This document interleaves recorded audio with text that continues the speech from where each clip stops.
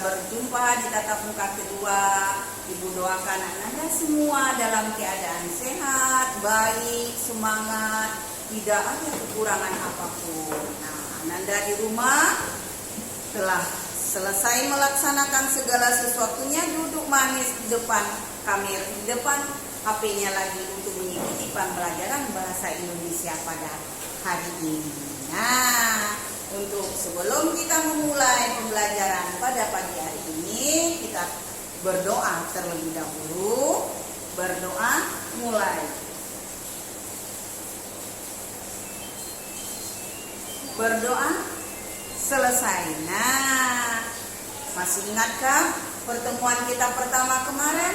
Ibu Wayan sudah sampaikan materi esensial selama belajar 1 semester. Bagi anak-anak ibu yang kelas 7 baru menginjakkan kaki di MTSN, pasti Ananda memperhatikan video yang ibu tayangkan kemarin dengan materi esensial yang sudah diberikan. Nah, berarti kalau Ananda baca, berarti Ananda paham sekarang materi apa yang akan ibu sampaikan. Ayo, siapa yang tahu? Itu mulai 1, 2, 3, 4. Ada yang tahu? Pasti anak ibu ada yang tahu. Berarti pembelajaran kita pada hari ini adalah tentang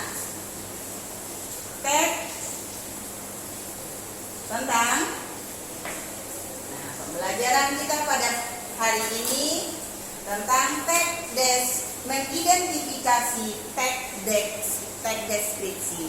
Apa itu mengidentifikasi teks deskripsi?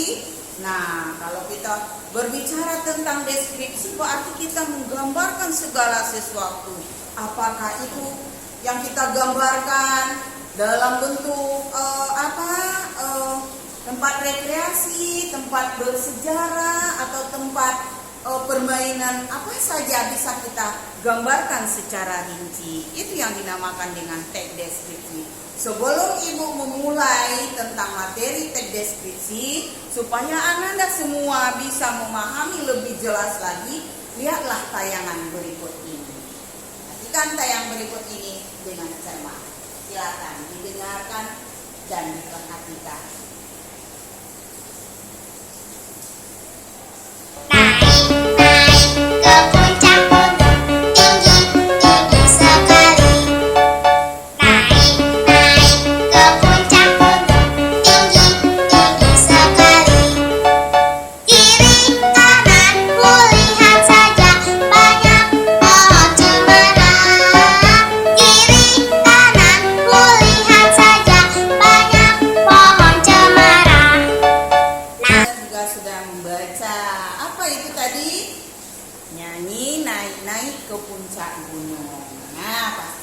Ananda semua sudah paham tentang nyanyi tersebut. Nah, bagaimana yang dikatakan dengan teks deskripsi itu?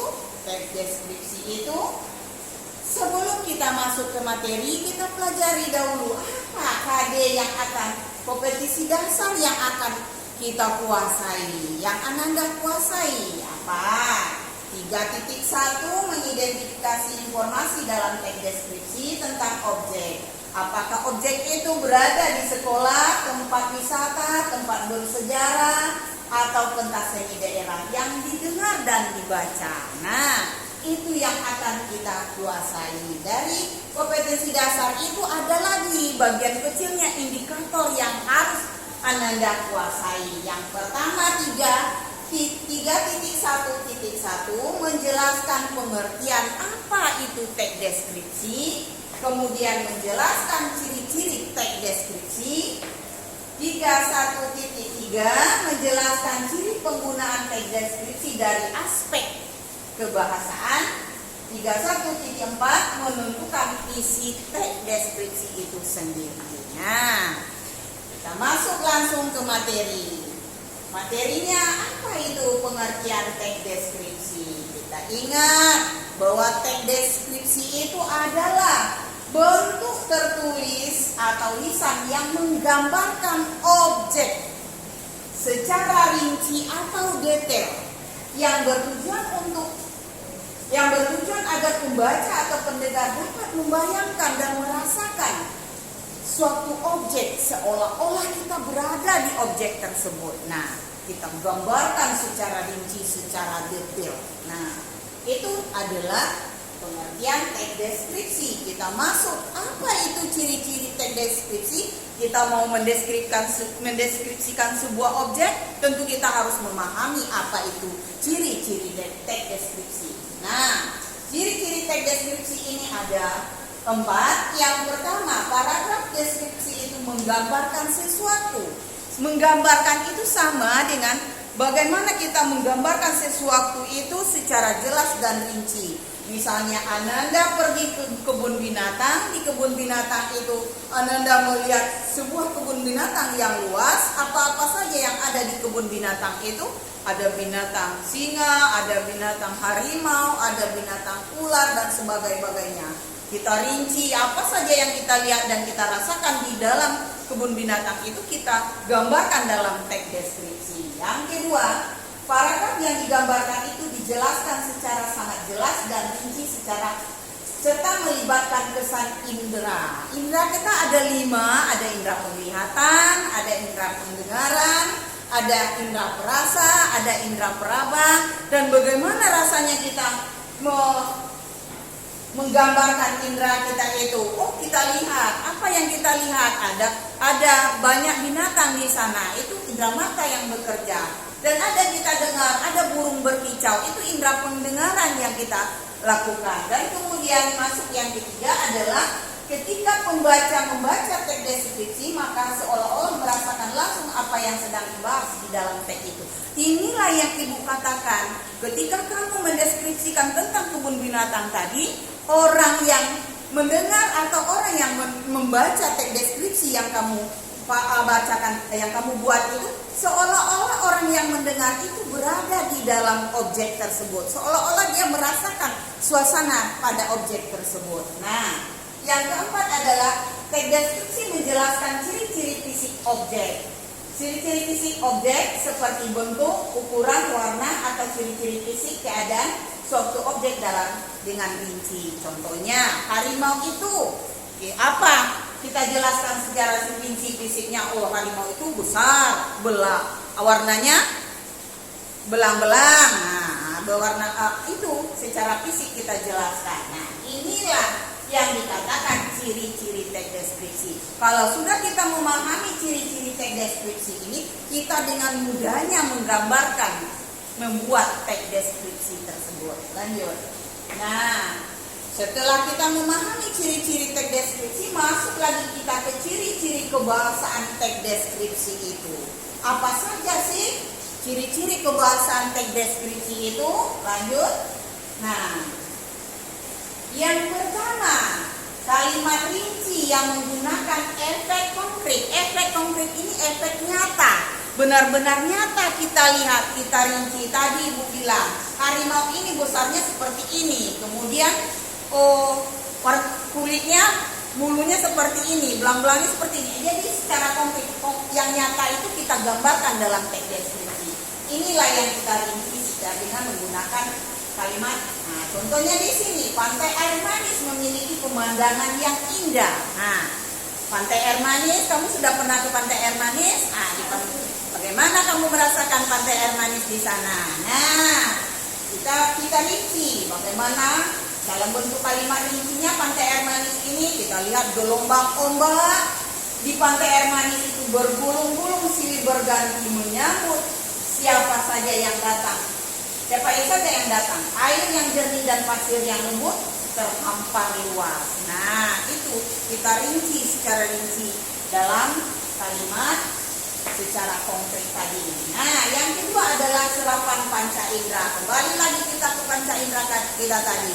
Bisa panca indera visual, bisa panca indera dengaran, bisa panca indera baunan dan sebagainya. Ada 5 panca indera kita ya. Kalau di bahasa Indonesia itu ditambah 1 yaitu panca indera kita itu. Bukan di panca indera kita yang ditambah, tetapi dalam bentuk kalimat yang lain. Lihat, sejauh mata memandang, kulihat laut yang membentang luas dan biru. Nah, ini kita lihat ini. Sejauh mata kita memandang, kan mata yang kita perlukan, berarti itu adalah penglihatan. Kemudian bagaimana yang kita rasakan tadi? Air yang sejuk dan pasir yang lembut, merasakan saat berjalan di tepi pantai. Seolah-olah kita merasakan air yang ada di pantai itu sejuk sekali. Itu kita rasakan namanya. Nah, masuk yang ketiga adalah sinonim. Dalam teks deskripsi itu ada juga sinonim. Sinonim itu adalah persamaan kata. Contohnya kata pintar. Kata pintar ini persamaannya ada pandai, cerdas, cerdik. Nah, itu persamaan dari sinonim itu. Persamaan makna dari sinonim itu adalah pintar. Kata pintar ini pandai, cerdas, itu adalah sinonim. Nah, masuk yang keempat adalah kata umum dan kata khusus. Ingat, di dalam mendeskripsikan, membuat sebuah teks deskripsi, ada di dalamnya kata umum. Kata umum itu contohnya ikan. Kata khususnya ada ikan lele, ada ikan mujahil, ada ikan nila, ada ikan paus, ada ikan tongkol, dan lain-lainnya. Nah, masuk ke poin berikutnya adalah majas atau kiasan. Ketika kita membuat teks deskripsi itu juga dipakai majas di sana. Nah, bagaimana majas? Banyak macam-macam majas itu. Salah satunya yang Ibu tampilkan di sini adalah majas hiperbola. Apa majas hiperbola itu? Membesar-besarkan segala sesuatunya dari keadaan semula. Contohnya, cita-cita Danu setinggi langit. Nah, kan permasalahan itu tidak seperti itu, tetapi karena kita memakai majas hiperbola, seolah-olah dibesar-besarkan permasalahan itu. Dan yang kedua adalah personifikasi. Hembusan angin di tepi pantai menyapu lembut wajah pengunjung. Nah, menyapa atau menyapu.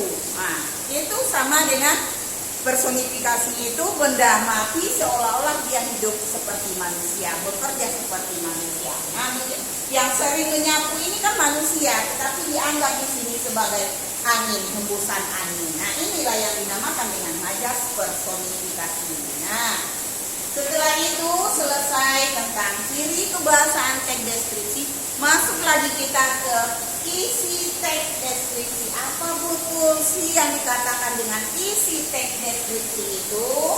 Isi teks deskripsi itu adalah merinci objek secara detail sehingga memunculkan perasaan bangga, perasaan senang, perasaan kagum, seolah-olah kita merasakan berada pada objek tersebut. Nah, itu isi dari teks deskripsi. Kemudian ada contoh teks deskripsi Ibu tayangkan di sini. Nah, masih melekat di mataku pemandangan indah nan elok pantai Muntung di Lampung. Nah, apa yang tadi kita lihat di sini berdasarkan indera mata kita? Pemandangan yang indah. Bagaimana yang indah ini juga kita rasakan. Nah, lanjut. Gelombang ombak yang tidak terlalu besar datang silih berganti menyambut siapapun yang datang ke sana. Ini termasuk ke dalam majas, menyambut siapa yang datang ke sana. Nah, kemudian air yang jernih dan pasir putih yang lembut terhampar luas tanpa ada karang yang menghalangi, membuatku ingin kembali lagi. Sejauh mata memandang, yang kulihat hanyalah laut yang terbentang luas dan biru. Kurasakan dingin membasuh kakiku karena ombak yang terus-menerus menghempas kakiku dan terasa asin ketika percikan air laut menyentuh bibirku. Nah, itulah yang dikatakan teks deskripsi yang di dalamnya di sini ada ciri-ciri teks deskripsi, ada ciri kebahasaan teks deskripsi. Di sini ada semuanya. Nah, jadi kalau kita membuat sebuah teks deskripsi, kita harus memahami dahulu pengertian teks deskripsi, ciri-ciri teks deskripsi, ciri kebahasaan teks deskripsi, kemudian apa itu isi teks deskripsi, baru kita gambarkan teks deskripsi itu dalam bentuk tulisan seperti ini. Lanjut. Nah, pada pembelajaran kali ini sampai di situ. Sebelum ibu menutup pembelajaran ini, nah ini ada tugas untuk Ananda di rumah. Di lembaran kerja LKS yang Ananda punya tersebut ada kegiatan 1 halaman 7 dan 6 itu Ananda kerjakan. Kemudian kegiatan 2 halaman 8 dan 9 itu nomor 2 dan nomor 3 saja akan Anda kerjakan. Kegiatan ketiga halaman 11 dan 12. Nah, ada perubahan tadi di LKS itu ada yang di sini perubahannya. Kolom pertama adalah nomor objek yang dideskripsikan. Di sini ditambah ciri-ciri objek yang ada pada objek yang akan kamu teliti itu. Kemudian bukti fisik dalam paragraf keberapa dia. Terakhir kalimat yang mendukungnya. Nah, hanya itulah penyampaian ibu pada hari ini, pada kesempatan ini. Kalau ada yang kurang mengerti dan kurang paham lagi, untuk menambah wawasanmu, kamu bisa memakai buku Margi Bahasa Indonesia. Bisa kamu dapatkan di Koperasi MTSN Model untuk memperdalam ilmumu, untuk mempelajari atau membahas LKS yang ada pada kelas 7 pada hari ini. Ibu cukupkan sampai di sana. Assalamualaikum warahmatullahi wabarakatuh.